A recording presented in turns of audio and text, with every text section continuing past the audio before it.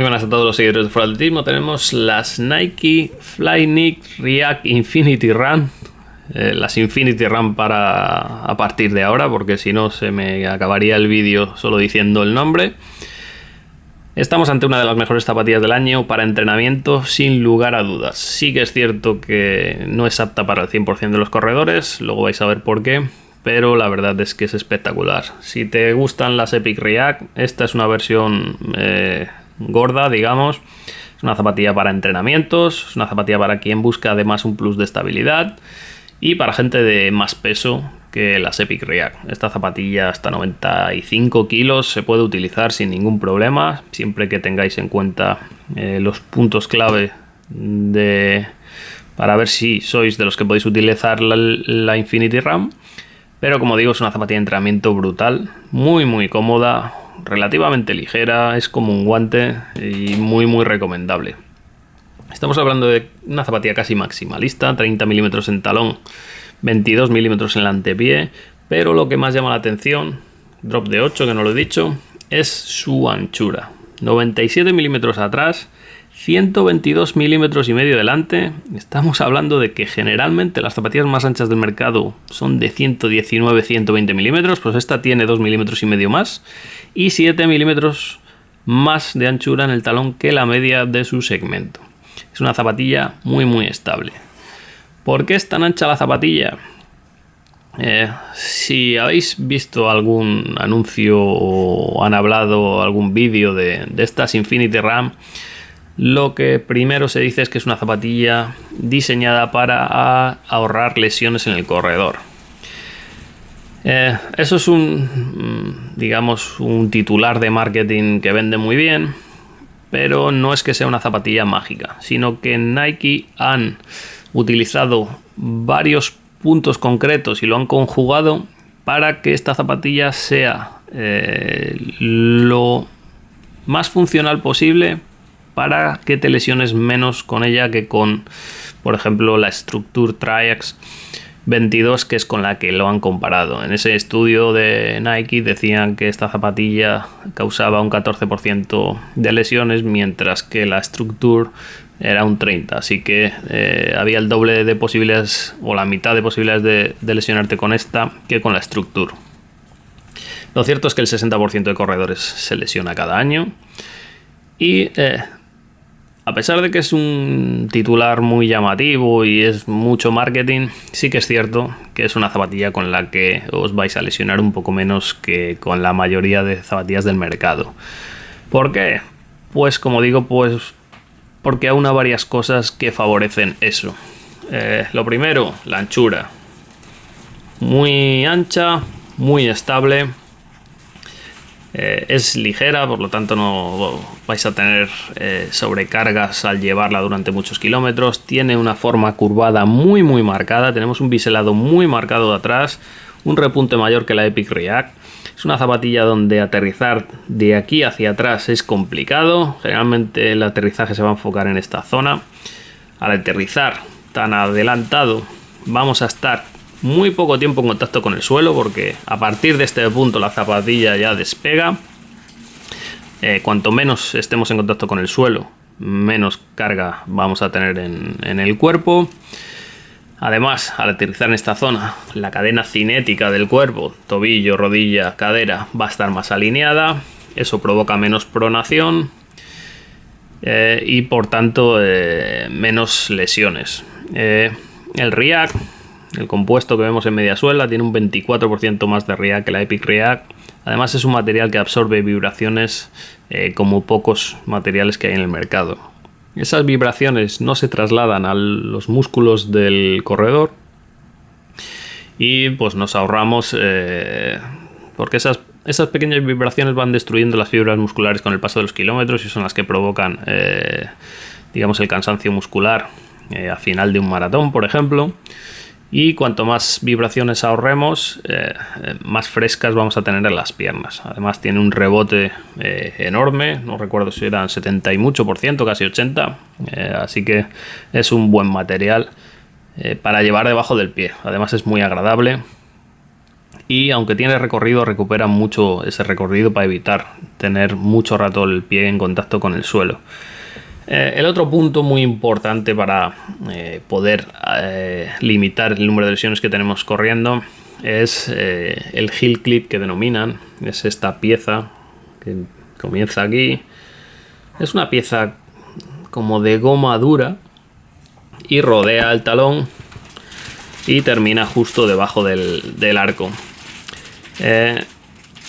Este heel clip va acompañado de este termosellado que forma el S-Bush. Es un termosellado que, si bien no es el más firme, sí que da algo de estructura y amplía el rango de actuación, digamos, de esos topes laterales, que son los que nos van a dar la estabilidad y el ahorro de lesiones, ya que cuando, incluso con todo lo que hemos hablado, tendemos a pronar, tanto el heel clip en esta zona como el S-Bush, el termosellado, van a actuar de soporte para evitar la colapsación del arco, y en esta zona lateral va a evitar que el calcáneo se deslice hacia afuera, que es la medida contraria que suele pasar cuando se colapsa el arco.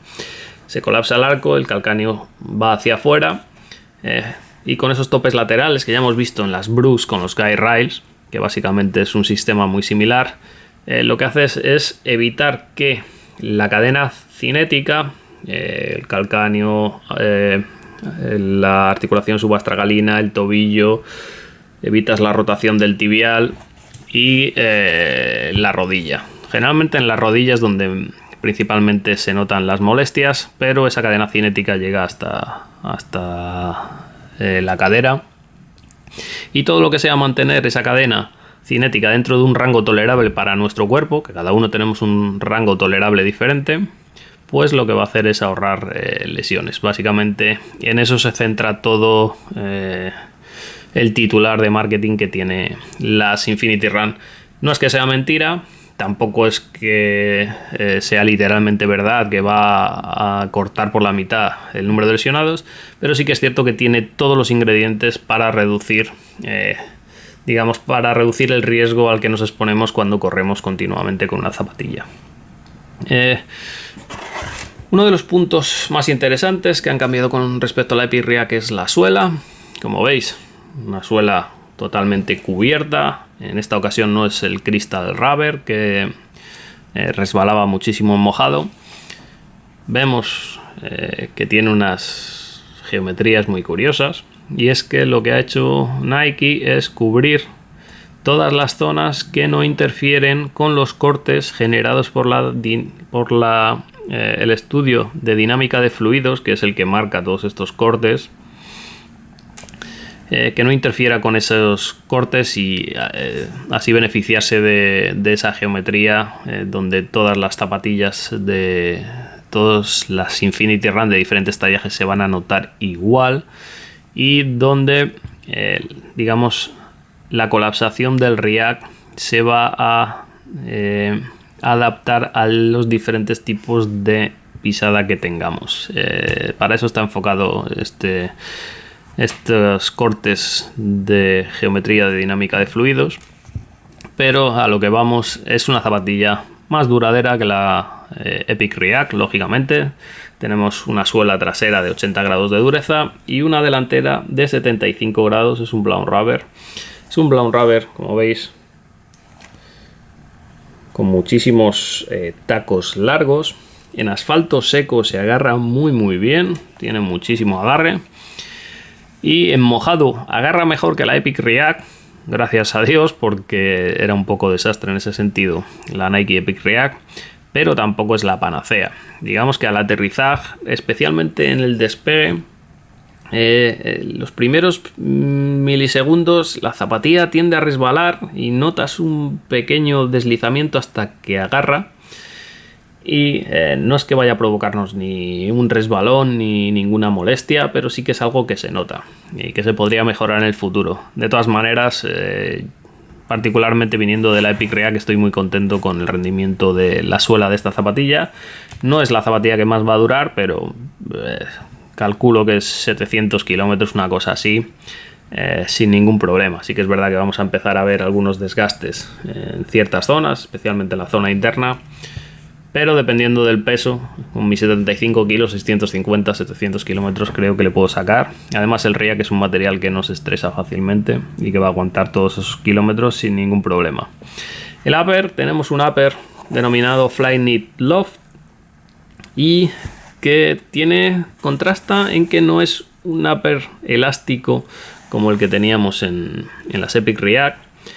Como veis, toda esta zona reluciente contrasta con la lengüeta, que sí que es elástica. La zona donde estaría la lengüeta es elástica, y eso se debe a que el Flyknit Loft lo que tiene es ciertas partes, ciertos hilos que van recubiertos con TPU y que le dan estructura y le restan estabilidad, o sea, le restan elasticidad a la zapatilla, le dan bastante estabilidad lateral al pie. Si queremos evitar lesiones, no podemos tener un pie que se nos mueva de lado a lado. Así que en ese sentido, además es bastante más fácil de limpiar, se mancha menos, ya que al fin y al cabo son hilos cubiertos con TPU. Y funciona bien, la verdad es que se ajusta bastante bien, no comprime tanto como las Epic React, que es otro punto interesante. Es una zapatilla más ancha, más apta para pies de anchura normal y ligeramente anchos. Y en la zona de la lengüeta, como veis, tenemos el típico Flyknit, que se adapta mucho mejor al empeine. Digamos que es la zona un poquito más, que se nota un poco más restrictiva o compresiva, dado que es la más elástica. En la parte trasera tenemos el típico collarín de las Epic React, muy similar. No tenemos acolchados en el talón, lo cual hay que mejorar. Tenemos una plantilla bastante finita